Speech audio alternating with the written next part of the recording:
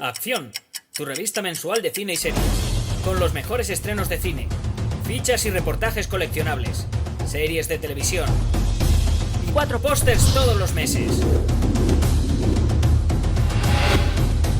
Búscala en tu kiosco. Hola, muy buenas amigos, amigas, seguidores, seguidoras del canal Acción Cine en YouTube. Aquí estamos otra vez, Jaime Vicente Echagüe, convocado por Moisés.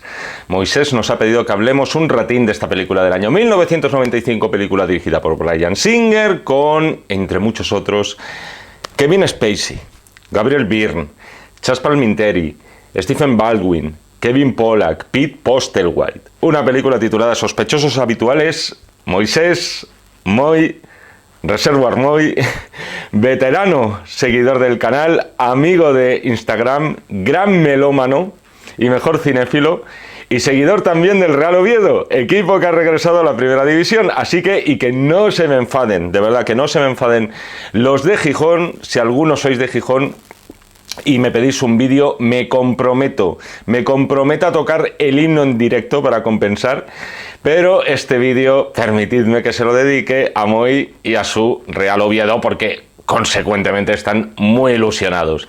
Y habiéndome puesto ya, Moy, a la mitad de Asturias, por lo menos en contra, no sabes lo feliz que me haces y que me has hecho con esta petición. Esta es una película que en el momento de su estreno a mí me llegó a obsesionar, porque, queridos niños y niñas, cuando Sospechosos Habituales se estrenó, Internet no existía. Te enterabas del cine que se estrenaba leyendo en periódicos, en revistas como Acción y en esos maravillosos suplementos que tenían los periódicos, que los sacaban los viernes y donde te venían ya las críticas de las películas que se estrenaban ese fin de semana. Y uno se entera, de repente empieza a escuchar hablar sobre esta película pequeña, muy pequeña, y luego voy a detenerme en esto porque me parece una de las cosas gordas a comentar. Estaba causando sensación, no tanto en el público, porque la película no era un taquillazo, pero sí en la crítica. Esta película se estrenó, tenerlo en cuenta, en plena era tarantiniana. Si eras un director joven y rodabas un thriller con poco presupuesto, ya eras el nuevo Tarantino. Esto era así, y eso era en parte también lo que me seducía de esta película. Hasta ese momento, Tarantino era lo que era, solo había rodado 2, Reservoir Dogs en este caso, y Pulp Fiction, que casi se acababa de estrenar, pero después escuchabas que los referentes de esta película, dirigidos por este tal Bryan Singer, eran aún más clásicos que Tarantino, más deudores de un cine negro norteamericano de los años 40 y 50, y todo eso encerrando además muchas sorpresas argumentales. Para colmo, esta película, que se estrena como una auténtica outsider, va y se lleva 2 Oscars. Mejor guión original, mejor actor secundario, para un actor hasta entonces no desconocido ni muchísimo menos. Yo recuerdo que cuando se estrenó esta película ya este tío le tenía el ojo puesto por su papel, sobre todo en Glengarry Glen Ross, pero es verdad que un actor bastante secundario llamado Kevin Spacey. Lo del Oscar al mejor guión original es muy significativo, que una película así, que no optaba a los grandes premios de ese año, no estaba nominada a mejor película, se llevara uno de los premios que más prestigio tienen en esa ceremonia. La película tuvo el estreno que tuvo en España, entiendo que bastante reducido en comparación con otras propuestas de Hollywood. No la pude ver o no me enteré de cuando la estrenaron. Así que fui a un videoclub, eran unos comercios en los cuales tú podías alquilar películas en formato físico de vídeo durante aproximadamente 2 días, y cuando me voy a dar de alta en el local me dicen: disculpa, pero eres menor de edad. No pude llevarme la película. Tino, nino, nino, nino. Bueno, es la historia que emocionó a ya sabéis quién. La vi ya cuando se estrenó. Sospechosos Habituales en Digital Plus, o como se llamara por aquel entonces aquella plataforma. Y aunque la expectativa era muy grande, la que yo tenía de ver esta película, me maravilló. Se convirtió en una de mis películas favoritas por aquel entonces. Así, tal cual. Hay un elefante enorme que hay que señalar en esta habitación. Conviene irlo señalando ya. Esta película tiene el final que tiene. No sé si... Voy a tardar en hacer referencia a este final, porque estamos ante una de las muy pocas películas cuyo final, por mucho que conozcamos, y me he dado cuenta una vez más, gracias a este visionado, la segunda vez que la vemos, la tercera, la cuarta, la quinta, es otra película, diferente, igual de disfrutable, igual de buena, es verdad que menos sorprendente, pero los huevos de Pascua están puestos ahí para que los recojamos. Cuando creamos, cuando ya nos creemos que nos la sabemos de memoria, de repente dices, hostia, mira esto de aquí, esta mirada, este gesto, este plano, ¿por qué este plano en este momento? Creo que todas las veces que he visto la peli he descubierto algún detalle nuevo, alguna pista que a mí se me había escapado en todas las anteriores. Yo no concibo el análisis de esta película en profundidad, como siempre hacemos en Acción Cine, repasando la película en orden cronológico. Su grandeza en parte reside en este final, en ese valor añadido que tiene la película de reescribirse cada vez que la vemos, una vez que ya conocemos la conclusión. Pero soy consciente de que tenemos también un público jovenzuelo, que envidia me dais, cabrones. Algunos no habéis nacido cuando se estrenó Sospechosos Habituales, y eso a mí me deprime bastante. Para los chavales y chavalas, cuando comience el análisis de la película, creo que puedo desplazar toda esta parte más tirando al final, pero me comprometo a avisaros y alertaros de que no sigáis viendo este vídeo si no habéis visto Sospechosos Habituales. Y me detengo mucho en esto porque estamos ante una de las películas más maravillosamente tramposas de la historia del cine. Y luego creo que esto puede dar pie al debate y me gustaría que me lo dejarais en los comentarios, de verdad. El guion es de Christopher McQuarrie, por cierto, el mismo asociado a Tom Cruise y responsable de las últimas películas de Misión Imposible y Top Gun Maverick, en este caso como guionista y director, y además un tío, colaborador perpetuo de Bryan Singer. Pero aparte de eso, aparte ya de estas cosas, aparte ya del famoso final que reescribe la película varias veces, es un peliculón. Es una película impropia de un chico que por aquel entonces tendría apenas 30 años, el hoy caído en desgracia Bryan Singer, pero que en un momento dado este tío apuntaba a tótem de Hollywood y de hecho con las pelis de X-Men y demás estuvo ahí. Me detendré también en eso. Esta es una película que cinematográficamente hablando, en términos de elección de planos, de narración, de montaje, hay que hablar del montaje de esta película, esta es una peli más de cineasta, con todas las letras, que de director de cine, que de artesano. Es una película en la que, como os avanzaba antes, hay que mirar 2 o 3 veces el presupuesto con el que se rodó. 6 millones de dólares. Yo os lo digo ya, no me lo creo. Alguno me diréis que tiene truco eso, y eso es cierto, el reparto trabajó por menos de su salario habitual. Esta es una película en realidad impulsada por Kevin Spacey. Spacey vio la ópera prima de Bryan Singer titulada Public Access, una película, por cierto, siniestra y extrañísima. La tuve la oportunidad de ver, fijaos de cuando estoy hablando, en el pase de Sospechosos Habituales, ahí en el Canal Plus de entonces, echaron también la ópera prima de Bryan Singer. Fue una película premiada en el Festival de Cine Independiente de Sundance y a Spacey le encantó. Spacey no era por aquel entonces el estrellón que fue a partir de esta película y de Seven. Qué importante esta dupla de 2 películas, prácticamente en el mismo año para Spacey. Pero en todo caso, tenía los contactos necesarios como para hacer que este chaval llamado Bryan Singer tuviera una oportunidad mayor que la de su ópera prima.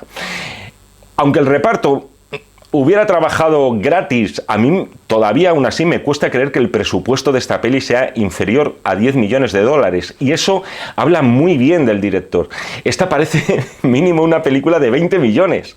Estábamos ante alguien primero que hacía lucir por 10 los medios con los que contaba, y después, y luego hablaremos de eso, con un sentido y un muy buen gustos dirigiendo, pocas veces vistos, por lo menos por un servidor, en un debutante. Por todas estas cosas, por sus personajes, los actores que los interpretan, que también hay que hablar de eso, por el ingenio, el endiablado ingenio que atesora esta película, más allá de su famoso final, y por haber alumbrado a uno de los mejores personajes de la historia del cine que nunca vemos, o sí lo vemos, y que responda el nombre, y creo que se puede decir, y no estoy destripando nada de la película, Keyser Söze. Por todas estas cosas, yo, Jaime Vicente Chagüe, en pleno uso de mi libertad de expresión, voy a otorgarle a Sospechosos Habituales la calificación de 5 estrellas, obrita maestra, claro que sí. Breve resumen, sin spoilers, para los que no la habéis visto la película. Creo que lo he conseguido organizar de tal forma que pueda alabar un montón de cosas previas, aparte ya del famoso final de la película. Eso lo voy a dejar para el final, pero va a ser una parte extensa, porque hay que analizar todos esos detalles, todos esos planos más o menos secretos, algunos bastante explícitos, otros más implícitos, muy sutiles, que ya nos están dando pistas constantemente de cuál va a ser la resolución de este enorme misterio. Pero bueno, la historia está que en esta película nos desayunamos con una impresionante matanza en un puerto de Nueva York. Hay más de 20 muertos después de un tiroteo aparentemente entre bandas por un asunto de drogas.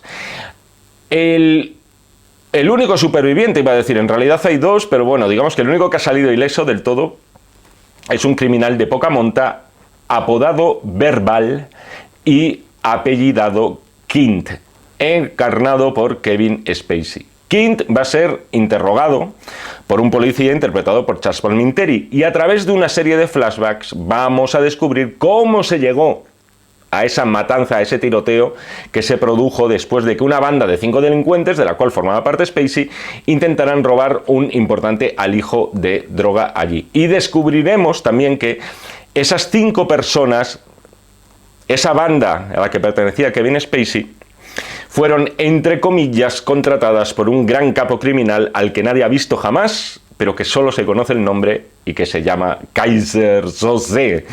Voy a intentar, ya os lo digo, aparcar todo lo que pueda hasta el final y todas las secuencias que nos están dando pistas, pero sin reventar nada todavía, no os preocupéis, os puedo ir adelantando otros apartados que me parecen sobresalientes de esta película. El primero, como os decía antes, la realización y la puesta en escena que tiene.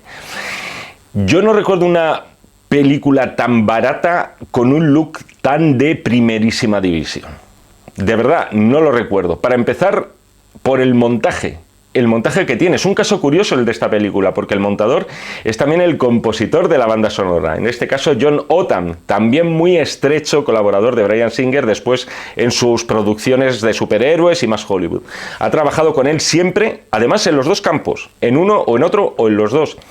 Hay una inspiración reconocida por Bryan Singer en esta película, dicha por él, que es el Rashomon de Akira Kurosawa. Aquella era una película revolucionaria por su estructura, debido a que se narraba a través de flashbacks, un mismo hecho, desde 4 puntos de vista diferentes. En el caso de Sospechosos Habituales es cierto, solo tenemos el punto de vista de Verbal, pero se entiende por qué la cita Bryan Singer a Rashomon de Kurosawa como una influencia importante. Lanza las piezas del puzzle sobre la mesa con constantes saltos desde el presente al pasado y otra vez al presente. Eso lo teníamos en Kurosawa. Y hay que decir que en una película no cronológica, la labor de montaje es especialmente compleja. No nos podemos olvidar además de que la acción no solamente está, la acción del presente, no solo está en el interrogatorio de Verbal y en esa narración que hace de todos los hechos, sino que hay un tercer foco de interés que a mí me encanta, mucho más breve, eso es verdad, que es el de el interrogatorio en el hospital del único superviviente de la matanza en el puerto, que está describiendo al supuesto cerebro de toda esta operación, Keyser Söze. Y todo esto que os digo se ensambla en poco más de hora y media. Estas duraciones, de verdad, tío. Uno tiene la sensación de haber visto esta película de 100 minutos y la sensación de que han pasado tantísimas cosas. Pero bueno, eso es una batalla que ya sabéis que está perdida. Poco más de hora y media, se ensambla con las dosis perfectas, con los detalles perfectos para que todo capte nuestro interés. Es de primerísima división la labor aquí de John Otam. Después tenemos en la película algunas localizaciones que dices, joder, no tendréis presupuesto, pero qué bien, o sea, darle un aumento al que las ha elegido. Tenemos esa pagoda, donde no sé si es exactamente una pagoda, al ser algo más tipo oriental o chino en este caso, pero bueno, esa pagoda donde la banda se reúne con el perista de nombre Redfoot, o esa lujosísima sala de billar donde reciben al segundo gran personaje que tiene esta película, que es el de Kobayashi, el supuesto chico para todo de Keyser Söze, interpretado por Pete Postlethwaite. Vemos algunas secuencias además, y sigo con el tema de lo que es la narración de la película a nivel técnico, que están estupendamente bien planificadas, como la del primer golpe que dan atracando a ese servicio de taxis de la policía para mafiosos. Se marca de repente allí un plano cenital estupendo, Bryan Singer ya con el coche de policía en llamas. Tenemos después el tiroteo en el parking, muy tarantiniano esto, con el personaje de Stephen Baldwin haciendo así con las pistolas, viendo a ver cómo apunta mejor. Es como un detalle, un guiñito a este humor tirando a negro o violento de Quentin Tarantino por parte de Bryan Singer. Eso me ha parecido muy curioso. Tenemos la secuencia del ascensor donde otra vez Stephen Baldwin, luego voy a hablar de los actores, se carga a los matones que acompañan a Kobayashi y vemos cómo la escena solo se ilumina por los fogonazos de cada disparo. Después toda la parte final donde vemos el célebre salto al barco es digna de un director de thrillers ya experimentado y no de este chaval. Creo que esta es la película o una de las películas soñadas por cualquier estudiante de cine que quiera contar con su primera o su mejor dicho segunda o primera gran oportunidad, ya con un estudio más o menos potente detrás como la que tuvo aquí Bryan Singer, es decir, con un presupuesto muy reducido y sin embargo con un resultado de película grande en líneas generales. Más cosas, quiero hablar también de los referentes clásicos de esta película. Os pregunto, os lanzo la pregunta, cinéfilos de pata negra, ¿en qué clásico del cine negro buena parte del misterio estaba en torno a la identidad de un personaje al que se le nombra constantemente a lo largo de la película, pero que solo conocemos en su parte final? Un nombre que se repite una y otra vez durante la película, como ocurre con Keyser Söze. Venga, respuestas, a la de una, a la de dos, a la de tres. El nombre del personaje es Harry Lime, lo encarnaba Orson Welles y la película era El tercer hombre. Harry Lime por aquí, Harry Lime por allá, Keyser Söze por allí, Keyser Söze por acullá.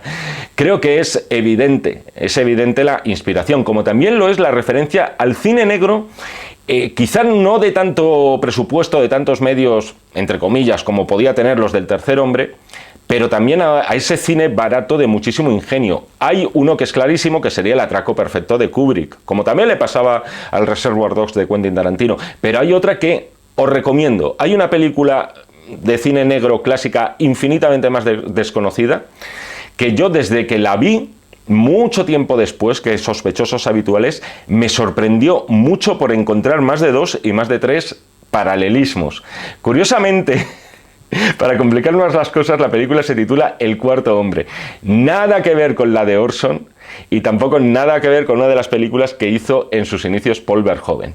Esta está dirigida además por un artesano, sí, de la serie B, que es Phil Carlson, y el argumento era el de un misterioso criminal cuya cara permanece tapada con una máscara y que contrata a otros 4 criminales que no se conocen entre sí y a los que les obliga a cubrirse también con máscaras para llevar a cabo un atraco perfecto. La idea es muy buena, porque al no conocerse entre ellos y ni siquiera ponerse cara, no hay forma de que se atrapen, o mejor dicho, de que se delaten uno al otro en caso de que uno sea arrestado. Mucho ingenio, pero inverosímil, pero coño, es que es cine, tío, es cine. En fin, en todo caso no perdamos el rumbo, Keyser Söze. Aparte de que suena guay el nombre, es que la película triunfa a la hora de crear y construir toda una mitología en torno a un personaje que es humo, aparentemente. Es mágico lo que se consigue aquí con un poco de ingenio, con unos actorazos también. Las caras de todos, cada vez que se nombra a Keyser Söze, a todos se les palidece la piel de repente, tuercen el gesto, la sonrisa se esfuma. Se crea más que un personaje, con esto de Keyser Söze, una especie de ente que roza lo sobrenatural.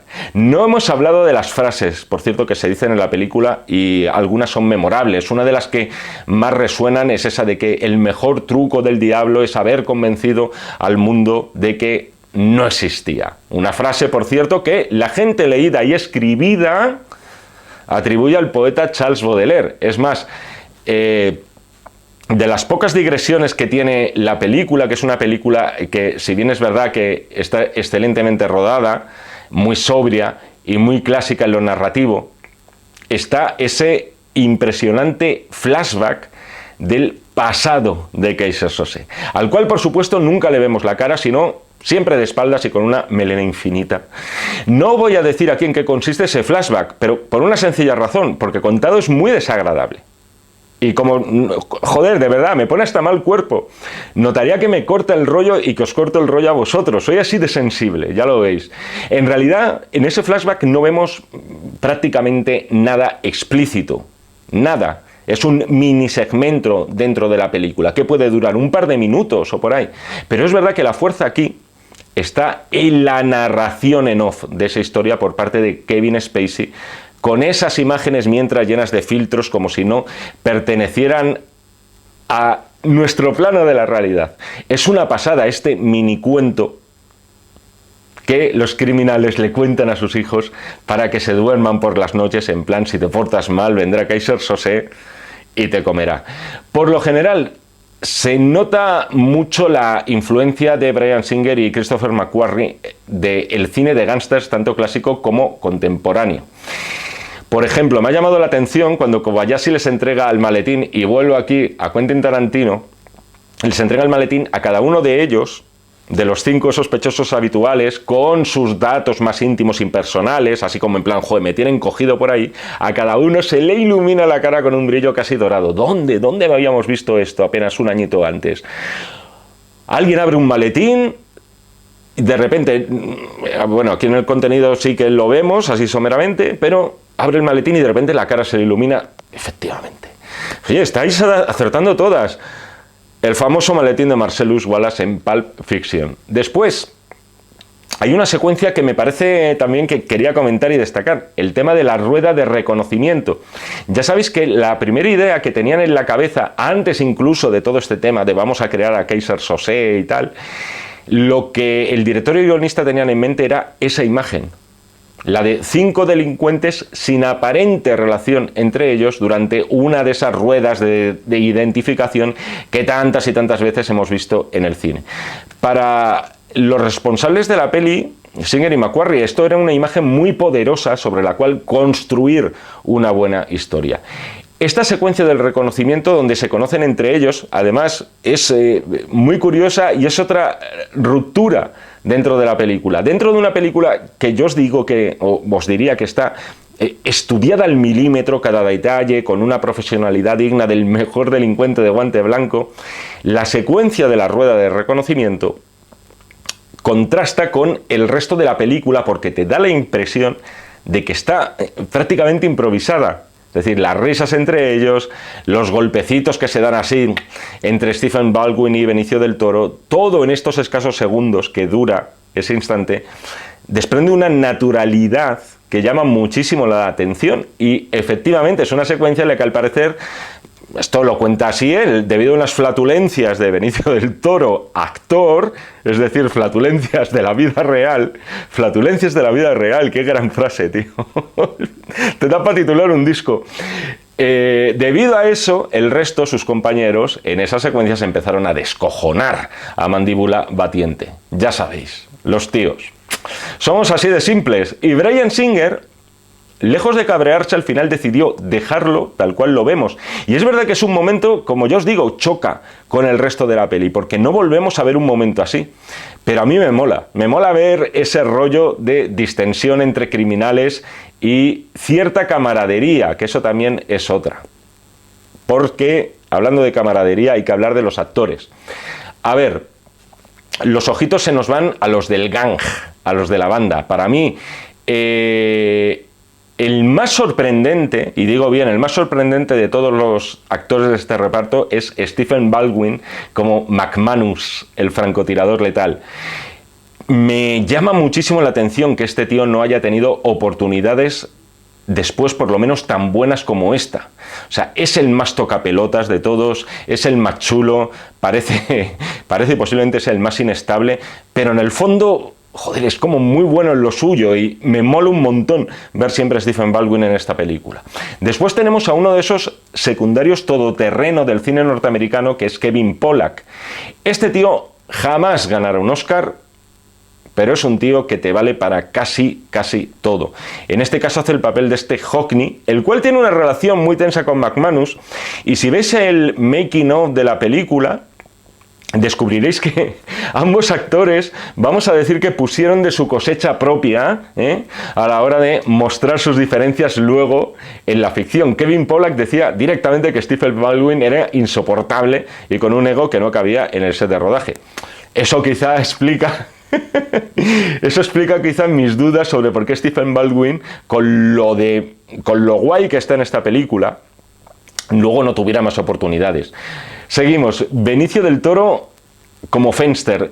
Benicio, por cierto, con más cara aquí de Leonardo DiCaprio latino que nunca en su vida. Se le ve un niño aquí a Benicio. Tengo entendido que en cada país doblaron a Benicio un poco como les daba la gana, incluido España, por cierto, un doblaje muy raro, por la sencilla razón de que los diálogos que tiene están pronunciados en la versión original por él prácticamente sin vocalizar. Esto fue una aportación de Benicio a Bryan Singer, tal cual. Le dijo: mira, mi personaje aquí pinta lo justo, que en parte es verdad, os lo vais a cargar, como también es verdad y sucede, a las primeras de cambio, así que no tiene mucha relevancia lo que yo pueda decir. Y esto, que parece casi como, como una pataleta de actor con ego, y posiblemente lo sea por parte de Benicio del Toro, y es cierto que es un personaje extraño, al final mola mucho también verla aquí. Está la presencia enorme que ya por aquel entonces tenía Benicio del Toro, que no tendría, ya os digo, ni 30 años. Y aunque no se le entienda ni papa, también se disfruta mucho de su presencia. Gabriel Byrne como Keaton. Gabriel había hecho unos pocos años antes otra obrita maestra del cine de gángsters, que es Muerte entre las flores, titulada así en España, Miller's Crossing, de los hermanos Coen.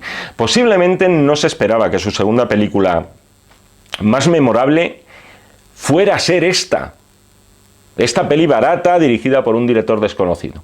Por edad era sin duda el más veterano del reparto. Y después de otro personaje, os diría que es el segundo más ambiguo y que más dudas, o quizá el tercer personaje, oye, nos vamos adentrando ya en terreno peligroso, más ambiguo de toda la película. ¿Por qué? Porque por un lado, y es verdad, parece que ejerce de padre de esta banda de criminales, recién formada. Por ejemplo, cómo consuela a McManus después del pique que tienen en la pagoda con el perista, con Redfoot. Pero claro, estamos ante un actor que uno de sus grandes fuertes es la frialdad en la mirada. Y es por eso que la primera vez que se ve esta película, en un momento dado del metraje, uno alberga la duda. Este va a ser Keyser Söze. Te equivocas. Vamos a ir ya, quiero decir, creo que en este momento ya podemos ir hablando de que vamos a hacer spoilers. Vamos a hacer spoilers de esta película, os lo digo a todos los que no la habéis visto, los que sois unos chavales, os llama la atención este vídeo y dices, coño, no sé ni quiénes son Sonic Youth y tampoco conozco sospechosos habituales. Me la voy a poner a ver si el calvo está acertado con lo de las 5 estrellas o no. Me lo contáis. En parte, el culpable de que nos lleguemos a creer en algunos momentos que Keaton es Keyser Söze, en parte el culpable es el policía que interroga a Kevin Spacey, el agente Coogan, interpretado por Charles Palminteri. Por cierto, ¿os habéis dado cuenta de la gran cantidad de apellidos con la letra K o nombres con K que aparecen en esta película? Keaton, Coogan, Kint, Keyser, Kobayashi. ¿Era algo subliminal? ¿Simple casualidad o formaba parte de todo de este enorme juego de despistes que es Sospechosos Habituales? No lo sé. Pero bueno, el lío. La deja ahí votando y ya está. Charles Palminteri, otra revelación, no aquí, sino después de su labor en Bala sobre Broadway. Y otro tío, en fin, joder, potente. Otro tío, esta es una peli de tíos rocosos y duros, de verdad. Otra presencia, vamos a decir, poderosa desde cualquier punto de vista. Su personaje, además, es el responsable, perdón, de que la trama avance. O mejor dicho, el agente Coogan se cree responsable de que está avanzando, pero en realidad no está avanzando. Es lo guay de este personaje. Su pecado aquí sería, hablando de Seven y John Doe, está su personaje, su papel, su pecado, que se me va demasiadas pes. Su pecado aquí sería la soberbia. Está tan empeñado en culpar a Keaton de lo del barco que acaba perdiendo el foco completamente. Pierde el camino. Él va, tengo que ir hacia esta dirección cuando la dirección estaba en el lado opuesto. Esta partida, no sé si de póker o de mus que él tiene con el personaje de Verbal, la ha perdido desde el principio casi de la película, desde que entra a su despacho para interrogarle, pero él no es consciente de eso. No me quiero olvidar de Kobayashi, Pete Postlethwaite. Quizá Sospechosos Habituales no tenía, por así decirlo, una grandísima estrella en el reparto, pero tienes la sensación, de verdad, viendo esta película, de haber tenido a los mejores actores del mundo para cada papel. Y este es el caso de este actor al que yo creo que todos conocimos de verdad cuando interpretó a Giuseppe, han matado a Giuseppe, en El nombre del padre. Qué sangre fría la de este tío, qué mal rollo da en las escasísimas apariciones que tiene, esa reacción maravillosa cuando le está apuntando McManus para cargárselo y le dice, soy el tío que te va a disparar, solo quiero que lo sepas. Y justo antes va Kobayashi y le interrumpe, nervios de acero, frío como el hielo, personajazo también. Alguno de vosotros dirá, hombre, Chagüe, ¿por qué dejas para el final al actor a día de hoy, os diría que más conocido de todo el reparto, junto a Benicio del Toro, y que además es el protagonista, al fin y al cabo porque es el narrador de esta historia, y no hablas de él, prácticamente no lo has mencionado a él hasta el final? Niños y niñas, pedazo de spoiler, uno de los grandes spoilers de la historia del cine, Kevin Spacey es Verbal Kint. Y aparte de Verbal es Keyser Söze, que es a donde quería ir. Era él todo el rato, desde el principio. Todo lo que hemos visto a lo largo de Sospechosos Habituales, o mejor dicho, toda la historia que ha narrado Kevin Spacey y que Bryan Singer nos ha mostrado, es una enorme mentira. Es bullshit, como se suele decir en las películas, y sin ir más lejos en esta. ¿Es todo mentira o no es todo mentira lo que nos ha contado Verbal en la película? ¿Había algunas partes, más de una, más de dos, más de tres, que eran verdad? Por ejemplo, si sabemos que Verbal sí o sí tenía que estar en la famosa rueda de reconocimiento. Es posible que los golpes que narra y que dieron los 5 criminales, como el desmantelamiento ese de los taxis de la policía y tal, también sean verdad. En todo caso, uno de los momentos que yo más he disfrutado de una película en mi casa, y ya os lo digo, fue viendo esta peli por primera vez, viendo a Charles Palminteri tomando su café, así todo ufano, tranquilamente, como si no pasara nada, la cámara de repente posándose en ese tablón que el personaje tenía todo el rato enfrente, fijándose en todos los nombres que aparecen en los papeles que hay colgados en ese tablón de la policía, para descubrir que lo único que ha hecho Kevin Spacey es utilizarlos para armar una historia falsa.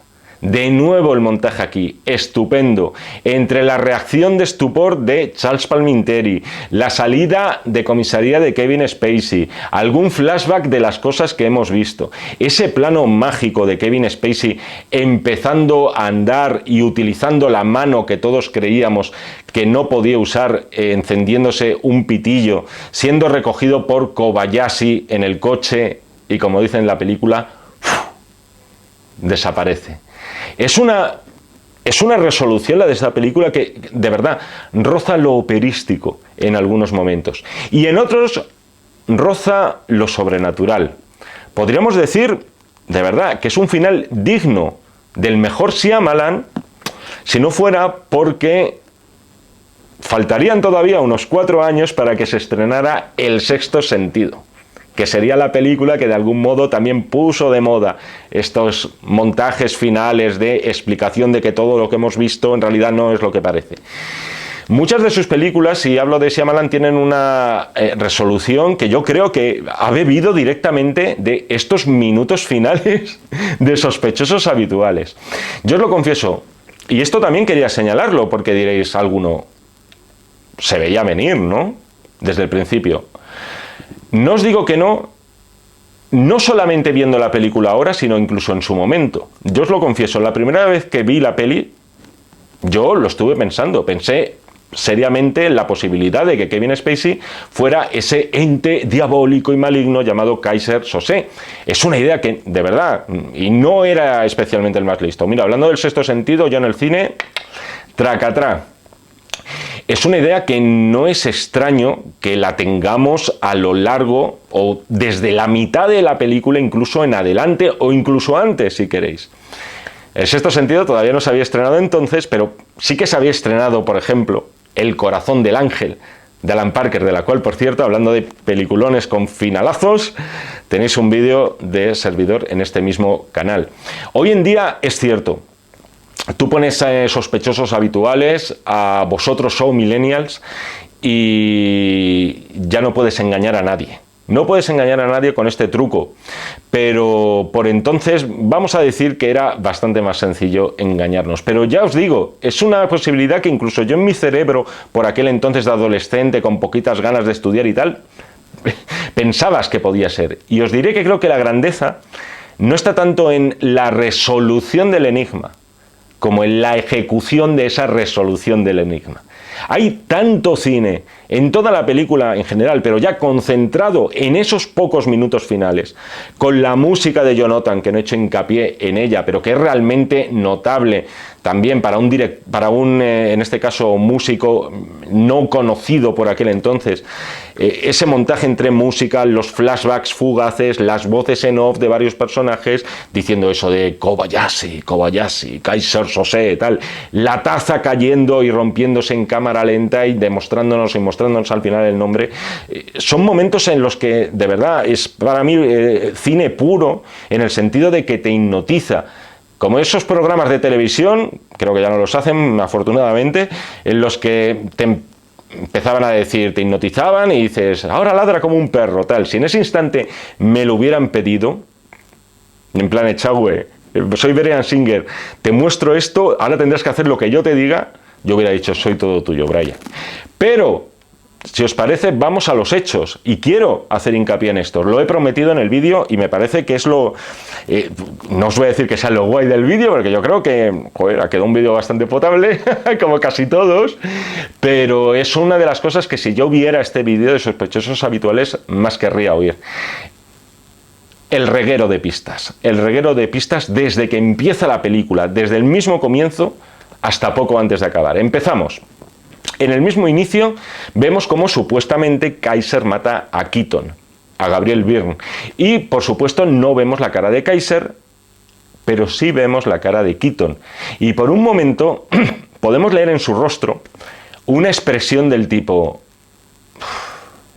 eras tú. O sea, es importante además también en este instante los planos detalle que hay en ese momento en ese espacio donde se están amontonando las cuerdas del muelle. ¿Por qué? Porque luego se nos dice que Verbal estaba detrás, escondido todo el rato y siendo testigo de esta escena desde ese punto. Sin embargo, esos planos de la cuerda son en realidad humo, un señuelo más por parte de Brian Singer. Nunca vemos esa secuencia desde el punto de vista de Verbal. La vemos desde el punto de vista de ¿quién? De Keyser Söze. Sigo en orden más o menos cronológico con pistas de la película. Cuando vemos a Verbal por primera vez en la comisaría, sentado, bueno, no es por primera vez, poquito después ya, digamos que en el tiempo presente, esperando a Chazz Palminteri, vemos que su vista está fijada en un tablón que tiene enfrente lleno de recortes. La cámara está muy poquitos segundos pendiente de ese tablón. Gracias a esos recortes y a los nombres que leen ellos, va a ir armando el fabuloso cuento chino que le narra a la gente Kujan. Más detalles. La película, el grueso de la película, ya os he dicho, es el relato de Verbal sobre cómo se formó esa banda y los hechos que les llevaron a intentar asaltar esa misión imposible, suicida, ese barco en el muelle. Fijaos que en ese relato comienza con las detenciones de cada uno de los miembros de la banda. A uno le detienen en su cama, a Keaton en el restaurante, a Hockney como en un taller de su garaje o lo que sea, tal. ¿Quién no aparece en ese relato como detenido? Ni Verbal, ni la detención de Verbal. Como si él en realidad nunca hubiera sido detenido, porque lo que hizo Kaiser en realidad fue mover sus poderosos hilos para juntar a esos delincuentes con él en la cárcel. Él directamente le dijeron: señor Sosé, pase usted a la cárcel, aquí tiene a los 4 hombres para su golpe. Nunca le detuvieron, nunca detuvieron a Verbal. Otro momento fantástico es justo después de la famosa rueda de reconocimiento. Los 5 delincuentes comparten celda. Y ahí se empieza a pergeñar una asociación entre ellos para dar nuevos golpes. En el plano vemos a 3, 4 de ellos. Son 5. ¿Quién está completamente al margen en ese plano que vemos primero de la celda? Verbal. Como si ni siquiera estuviera allí. Un momento como este, deteneos aquí, en este tema, los 5 en la celda, esto lo va a explicar después Chazz Palminteri, sin ser él consciente. Su frase es algo así como: si tú tienes a 3 sospechosos de asesinato, si quieres saber quién es el asesino, mete a los 3 en una celda. El que sea el asesino estará durmiendo tranquilamente a la mañana siguiente, mientras los otros 2 no. ¿Cómo vemos a Verbal en esta escena de la celda? Recostado, como súper pancho, tranquilamente. Más cosas. En ese gran interrogatorio entre Palminteri y Spacey están las principales claves, como ya hemos visto, ¿no? El tema, los anuncios del tablón y la taza y toda la historia. Pero hay más. Hay un plano en el que Palminteri le llama estúpido, pobre desgraciado a Verbal. Hay como un sentimiento de superioridad muy arrogante por parte del personaje de Chazz Palminteri hacia Verbal Kint. Esos desprecios, por cierto, y a esto iba, los dice el actor en un momento dado fuera de plano, porque lo que tenemos en primer plano es el rostro de Kevin Spacey. Y también, por espacio de muy poquitos segundos de duración, Spacey, mientras él le está diciendo: eres un tonto, eres un tullido, tal, no sé qué, él tiene como una sonrisita así ladeada, como: sí, sí, tú sigue, tú sigue, que al final de esta película te la voy a clavar hasta donde pone Toledo, chaval. Se notará, no se notará el empalme que acabo de hacer porque se me ha agotado la batería, pero joder, llevábamos solo 3/4 de hora.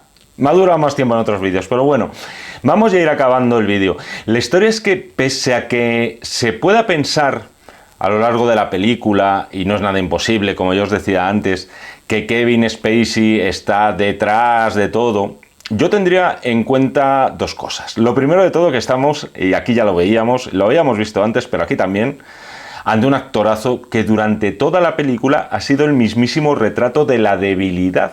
Ya no solo por su minusvalía dentro de un mundo, además como el de los criminales, sino también por su carácter muy sumiso, muy gregario al personaje de Keaton, al cual él se empeña en defender a capa y espada. A Spacey lo hemos visto sufrir durante toda la película. Le pegan, le tratan mal, le llaman tullido, le insultan. Su figura se va empequeñeciendo a lo largo de sospechosos habituales, mientras que la del personaje de Gabriel Byrne va creciendo, y toda esa debilidad, esos gimoteos de pobre diablo, esos lloros ante la gente Kujan, tal, los valoramos infinitamente más cuando ha acabado la peli y descubrimos que él en realidad era Keyser Söze. No me acuerdo quién más estaba nominado como mejor actor secundario aquel año en los Oscar, pero el de Kevin Spacey tenía que estar cantado. Yo creo además que ese Oscar en realidad era por dos películas, era por esta y era por Seven, la cual era una sorpresa, por así decirlo, porque el nombre de Kevin Spacey no aparecía ni en los créditos iniciales, ni en el final de la película, perdón, ni en los carteles de la película, ni en ningún otro sitio. Era una sorpresa en el último cuarto de la película. Creo que esos dos personajes que interpreta, y estoy hablando de sospechosos habituales, porque al final Spacey está interpretando a dos personajes en Sospechosos. Por un lado, estaría, entre comillas, lo más bajo, Verbal King, tío sumiso, ladronzuelo de poca monta, pero luego también lo más alto, prácticamente como un príncipe de las tinieblas, que es Keyser Söze. Al final, es un actor que está interpretando o mejor dicho, es un actor que está encarnando un personaje que a su vez está interpretando un papel. Tened en cuenta eso también. Pero señalemos algo que posiblemente, y ya ahora sí para ir concluyendo, posiblemente a muchos les cause o os cause rechazo en esta película, y eso es lo que podríamos resumir como hemos sido engañados. O sea, esta película es objetivamente una película tramposa. De hecho, os diría que es una de las películas más tramposas de la historia del cine. Hay un caso histórico para hablar de lo que son las trampas en el cine, y me refiero a las trampas argumentales. La película en concreto, para ilustrar esto, es Pánico en la escena, de Alfred Hitchcock, que curiosamente, o no curiosamente, es una de sus películas menos valoradas. ¿Qué ocurría ahí? Que Hitchcock introducía un falso flashback de tal forma que nadie podía atisbar el giro de tuerca que tenía la película al final. Era un rollo muy Agatha Christie el que llevó aquí. Eso es algo que la crítica le echó mucho en cara a Hitchcock, y él aprendió la lección. Nunca más. Claro, yo me pregunto qué pensarían esos mismos críticos o el propio Hitchcock de una película como Sospechosos Habituales, en la cual hay bastantes más mentiras que se nos están mostrando y que nosotros aceptamos porque se nos están mostrando a cámara, que verdades. Y una cuestión para esto sería preguntarse ¿cuántas de las cosas que ha contado Verbal no son verdad? Porque puede que muchas sean ciertas, ya os he dicho alguna, ¿no? Los golpes que dan en concreto. La rueda de reconocimiento, por fuerza, tiene que haber sido cierta. Por ejemplo, el primer encuentro con Kobayashi, aunque en realidad no se llame Kobayashi, porque eso lo ha visto luego él, escrito en la taza. El encuentro con el perista, aunque en realidad no se llame Redfoot, porque es uno de los nombres que ha visto en el tablón de la policía. En todo caso, comprendo perfectamente a quien pueda sentirse engañado o engañado con esta peli. Ahora bien, yo disfruto tanto, ya lo digo antes, lo he dicho antes, disfruto tanto de sus 100 minutos, de sus momentos de grandísimo cine, de su fabuloso reparto, que me parece hoy más impresionante que en el momento en el que se estrenó la peli. Y por encima de todo, disfruto tanto viendo a Kevin Spacey en este doble papel, que sinceramente no me preocupa que me hayan engañado, y ya os lo digo, la película es tramposa, la más tramposa de todas.